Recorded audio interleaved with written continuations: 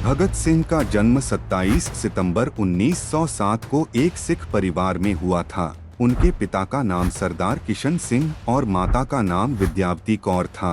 यह एक किसान परिवार से थे। अमृतसर में 13 अप्रैल 1919 को हुए जलियांवाला बाग हत्याकांड ने भगत सिंह की सोच पर गहरा प्रभाव डाला था। लाहौर के नेशनल कॉलेज की पढ़ाई छोड़कर भगत सिंह ने भारत की आज़ादी के लिए नौजवान भारत सभा की स्थापना की थी।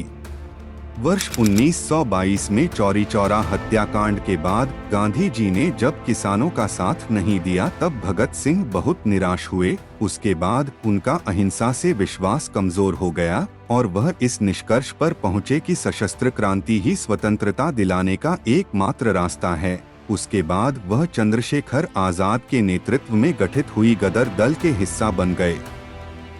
काकोरी कांड में राम प्रसाद बिस्मिल सहित 4 क्रांतिकारियों को फांसी व 16 अन्य को कारावास की सजाओं से भगत सिंह इतने अधिक उद्विग्न हुए कि चंद्रशेखर आजाद के साथ उनकी पार्टी हिंदुस्तान रिपब्लिकन एसोसिएशन से जुड़ गए और उसे एक नया नाम दिया, हिंदुस्तान सोशलिस्ट रिपब्लिकन एसोसिएशन। इस संगठन का उद्देश्य सेवा त्याग और पीड़ा झेल सकने वाले नवयुवक तैयार करना था।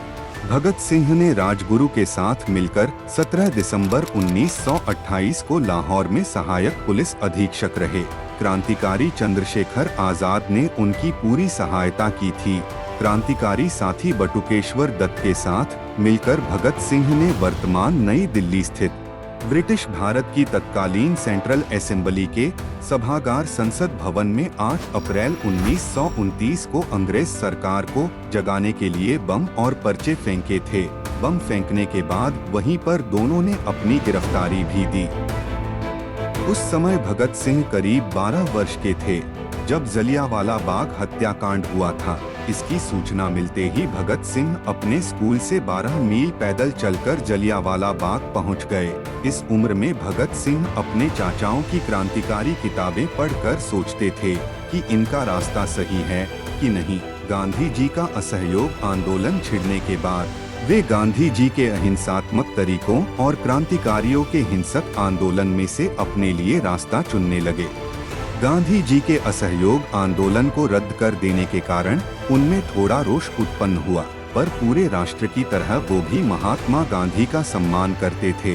पर उन्होंने गांधी जी के अहिंसात्मक आंदोलन की जगह देश की स्वतंत्रता के लिए हिंसात्मक क्रांति का मार्ग अपनाना अनुचित नहीं समझे। उन्होंने जुलूसों में भाग लेना प्रारंभ किया तथा कई क्रांतिकारी दलों के सदस्य बने। उनके दल के प्रमुख क्रांतिकारियों में चंद्रशेखर आजाद, सुखदेव, राजगुरु इत्यादि थे। भगत सिंह यद्यपि रक्तपात के पक्षधर नहीं थे, परंतु वे वामपंथी विचारधारा को मानते थे तथा कार्ल मार्क्स के सिद्धांतों से उनका ताल्लुक था और उन्हीं विचारधारा को वे आगे बढ़ा रहे थे। वे समाजवाद के पक्के पोषक भी थे। कालांतर में उनके विरोधी द्वारा उनको अपने विचारधारा बताकर युवाओं को भगत सिंह के नाम पर बरगलाने के आरोप लगते रहे हैं। कांग्रेस के सत्ता में रहने के बावजूद भगत सिंह को कांग्रेस शहीद का दर्जा नहीं दिलवा पाए, क्योंकि वे केवल भगत सिंह के नाम का इस्तेमाल युवाओं को अपनी पार्टी से जोड़ने के लिए करते थे। उन्हें पूंजीपतियों की मजदूरों के प्रति शोषण की नीति पसंद नहीं आती थी। उस समय चूंकि अंग्रेज ही सर्वेसर्वा थे तथा बहुत कम भारतीय उद्योगपति उन्नति कर पाए थे, अंग्रेजों के मजदूरों के प्रति अत्याचार से उनका विरोध स्वाभाविक था। मजदूर विरोधी ऐसी नीतियों को ब्रिटिश संसद में पारित न होने देना उनके दल का निर्णय था।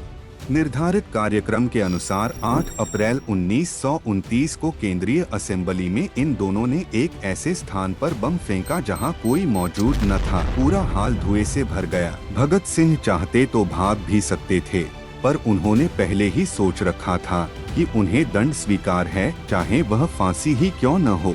26 अगस्त 1930 को अदालत ने भगत सिंह को भारतीय दंड संहिता की धारा 129, 302 तथा विस्फोटक पदार्थ अधिनियम की धारा 4 और 6F तथा आईपीसी की धारा 120 के अंतर्गत अपराधी सिद्ध किया।